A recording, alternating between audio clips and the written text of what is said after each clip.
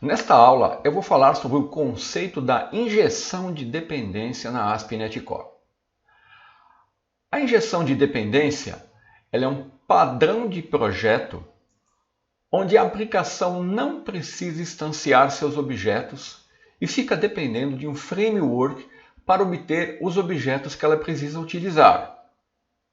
A ASP.NET Core ela usa os recursos internos do framework para injetar serviços na classe Startup, permitindo configurar serviços para injeção.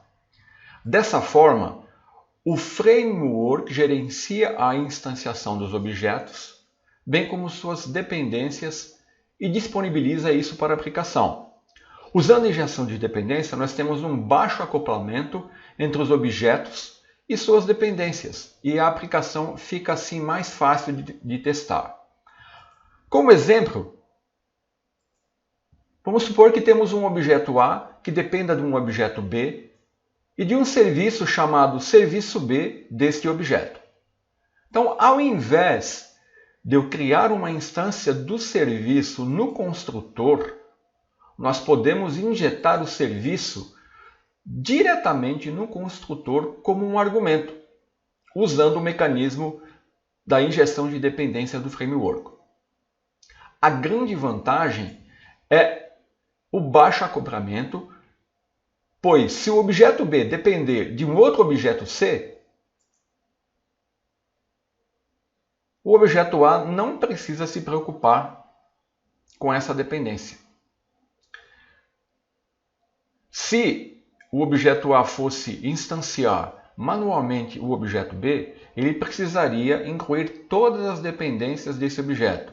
Então, usando a injeção de dependência, a responsabilidade das dependências fica por conta do framework, nos levando assim a um código mais limpo e fácil de testar.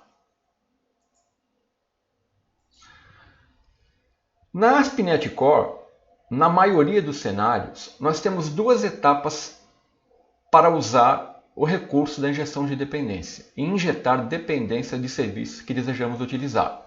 A primeira é registrar a interface e a implementação no método configure services na coleção services, usando o método add para definir o modo da criação da instância do serviço.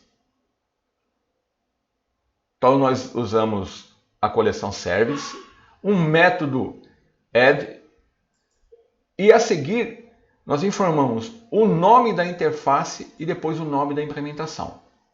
Depois, basta injetar o serviço no método configure.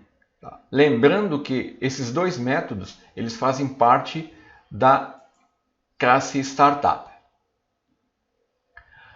Ao adicionar o serviço na coleção Service, nós podemos escolher os seguintes métodos que vão aplicar modos distintos de criação da instância do serviço. O método addSingleton, ele atua no modo singleton, ele vai criar uma única instância que é usada por toda a aplicação.